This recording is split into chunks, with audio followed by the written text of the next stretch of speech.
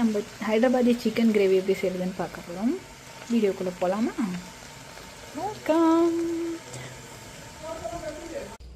1 tablespoon அளவுக்கு ஜீரகம், பெருஞ்சீரகம், பெப்பர், கேஷ்யூஸ், ஏலக்காய் which means cardamom, cinnamon stick பட்டை, அண்ட் இது வந்து மல்லி, அண்ட் ஒரு 3 காஞ்ச மிளகா. காஷ்மீரி இருந்தாலும் ஓகே, பட் உங்களுக்கு நல்லா ஸ்பைஸியாக வேணும்னா இது எல்லாமே எடுத்து ரெடியாக வச்சுக்கோங்க. இப்போ நான் என்ன பண்ணுறதுன்னு பாருங்கள். ரொம்ப டேஸ்டியாக இருக்கும். லாஸ்ட் டைமே நான் பண்ணியிருந்தேன். ஸோ ஒரு ஆனியன், இந்த சைஸில் ஆனியன் வந்து ஒன்று கட் பண்ணி வச்சுக்கோங்க. இப்போ வந்து பேனை மீடியம் ஃப்ளேமில் வச்சுட்டு நான் சொன்ன இந்த எல்லா இன்க்ரீடியன்ட்ஸையும் வந்து போட்டு சிம்லேயே வச்சு, ஓகே, மீடியம் ஃப்ளேம்லேயே வச்சு நல்லா நீங்கள் இது வந்து நல்லா ரோஸ்ட் பண்ணிவிட்டு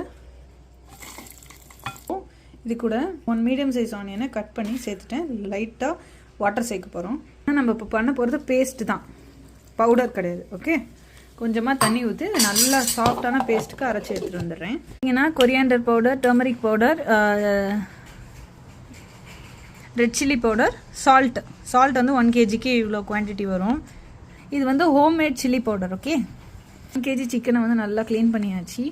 ஓகே, இப்போ இதில் நான் சொன்ன இந்த இன்க்ரீடியன்ஸ் எல்லாத்தையுமே ஆட் பண்ணிக்கலாம். ஜிஞ்சர் கார்லிக் பேஸ்ட், இது வந்து கேர்டு வந்து போட்டுக்கலாம்.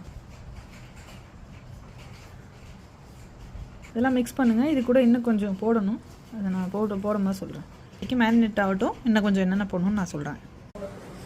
ஒரு 3 பிக் சைஸ் ஆனியன்ஸை போட்டு நல்லா கொதிக்கிற எண்ணெயில் போட்டு பொரிக்கணும். சால்ட் கொஞ்சோண்டு நல்லா அது ப்ரௌன் கலரில் வரணும்.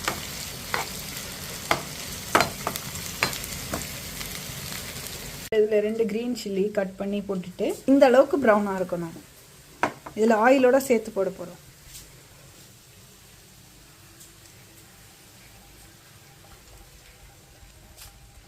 கொத்தமல்லி சின்னதாக கட் பண்ணி இதில் போட்டுக்கலாம்.